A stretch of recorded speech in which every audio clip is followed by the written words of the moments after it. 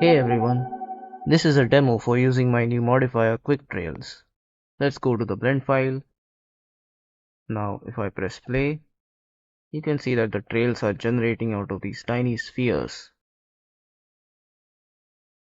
This is the actual Quick Trails asset, and this is a test scene. If I click on the trails, Quick Trails modifier has been applied on the plane object. If I turn off this object, the trails are not visible, and you can see just the spheres moving around. Let's turn the trails back on.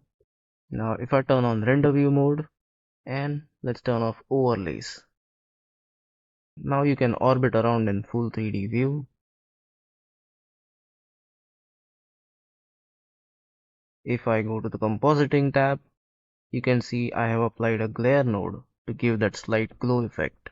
So to use quick trails, first save this file in your Blender Assets folder and let's see how to use it in a fresh new scene. You can get it from Superhive. Check the link in the description. This tool works all the way back until Blender 4.5. I'm using Blender version 5.1 with a default scene.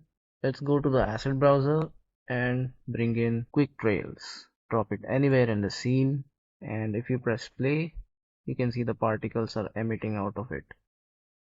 Go to the quick trails modifier, and here you can see quick trails has been applied. As it is working on grease pencil, always first add in a grease pencil blank. Let's pick the object, press play and move it around, and you can see you have instant trails. If I view it in render mode, let's set up a quick compositor, look through the camera, and okay, the trails are showing above our object, so when using grease pencil, always enable the depth pass. Now let's take another render and go to the compositing tab. Let's add in glare and alpha over. Enable the transparency before you set up the compositor. Now back to the viewport and enable the compositor as always. Turn off the overlays and our effect is now set up. Go to the modifier and you can see it is working on the object domain. If we select vertices, now the trails are generating out of every single vertex.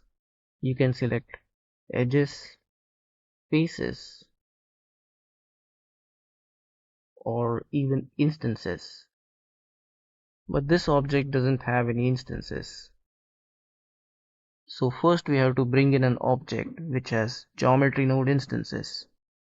Now here we have some cubes which are instances. If we go to quick trails and pick this object instead and select instances, now the trails are generating out of every single instance. So you can quickly add trails to any animation. Let's go back to the modifier and we have the option to pick index. Now it is set to all, but if we pick select index, then you have the option to use one single index to generate the trails. So you can select any index and that will be used to generate trails. Similarly, even if you select any other domains like vertices and use this object, the trail is generating out of a single vertex. Now when you select exclude index, the index number which is selected in this box is excluded from generating the trails. Let's set it back to all. Now trail type, you have two options. By default it will be grease pencil, but you can use geometry. With grease pencil, the trails will not work with reflections or shadows or even with camera depth of field. If you select geometry, now these will be solid 3D trails and they will work with reflections and depth of field as well. But it will take a little longer to process. Okay, you can see the particles disappear when you use geometry. That is because you have to give it an input object as the particle object. Let's switch back to grease pencil. Now the trail is broken up into three elements. We have main trail, multiple trails, and particles. All of these you can turn it on or off. Now if I just want the main trail, I will turn off multiple trails and particles. Now I only have the central trail. So you have plenty of customizations in each of these elements, like you can increase the radius, you can set the length as per the frame numbers. Now you have shorter trails. You can give it some noise. Now the trail will appear distorted.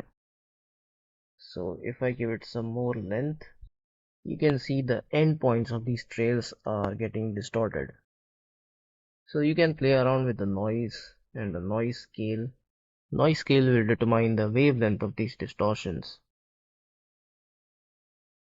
In trail color you can set it to constant or gradient, and while using geometry, the trail color is controlled by the shader. You can see now we have the material option, which is showing the main trail as the shader. So if you go to the shader tab, go to main trail. Now this is the shader for the main trail. You can edit the colors, or you can even play with the opacity gradient or with the color gradient. Now even with grease pencil, if you go to gradient, you can use these fall off values to play with the gradient of your trails. You can also find trail opacity options. You can set it to constant or fade, and you can set the fall off for the head and tail. Now let's check how multiple trails work. I'm turning off the main trail so we can focus just on multiple trails. The first option is the count. You can set how many trails you want to generate. Then we have the emitter radius. The emitter is a tiny sphere around each origin point, which will be used for generating these trails. So the more you set the emitter radius, the more spaced out these trails will be. Then you have the multi-trail seed. You can change the seed value and create a random variation for multiple trails. Then you have the trail profile radius. You can set the radius of multiple trails. Then you have trail length frames. You can determine the length of these trails in frame number. And you have options for noise intensity and noise scale. If you increase the noise intensity, you can create interesting effects on these multi-trails. Then you have the option to inherit color and opacity. If you click on it, then your multiple trails will use the same color and opacity options as the main trail. And if you click away from it, then you have the options to change the trail color and trail opacity. And if you're using geometry as the trail type, then you can set the material for multiple trails in the shader editor. Select multi-trails as the shader, and you can change the color and opacity settings using the shader. And lastly, we have particles. So let's turn off everything else and click on generate particles.